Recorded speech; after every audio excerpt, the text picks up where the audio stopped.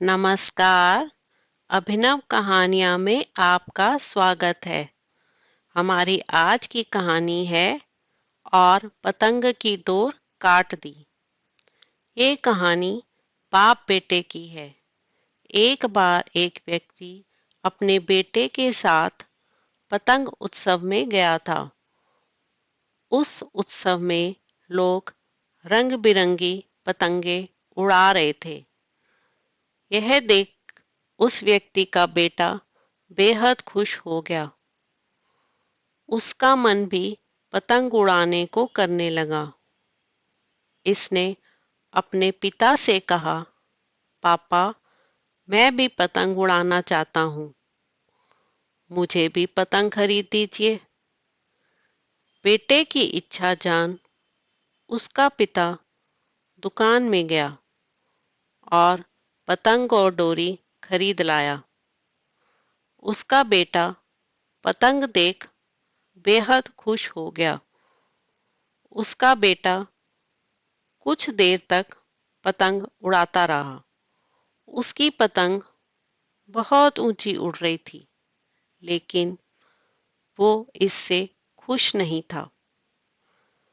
वो चाहता था कि उसकी पतंग और ऊंची उड़े।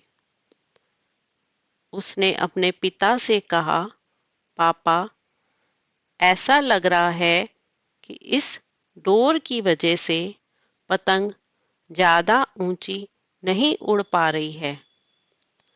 अगर मैं इसकी डोर काट दूं तो ये पतंग आजाद होकर और ऊंची उड़ने लगेगी। बच्चे ने अपने पिता से जिद की कि वो उसकी पतंग की डोर काट दे। पिता ने उसकी बात मानी और पतंग की डोर काट दी। डोर कटते ही पतंग और ऊंची उड़ने लगी। यह देख बच्चा बेहद खुश हुआ, लेकिन कुछ देर तक तो पतंग ऊंची उड़ी, लेकिन फिर वो एक मकान की छत पर जा गिरी। ये देख बच्चा हैरान हो गया, क्योंकि पतंग की डोर काटने के बाद भी वो नीचे गिर गई थी। उसने अपने पिता से पूछा, पापा, ये क्या हुआ? पतंग नीचे क्यों गिर गई? इसे तो आसमान में और ऊंचा जाना था।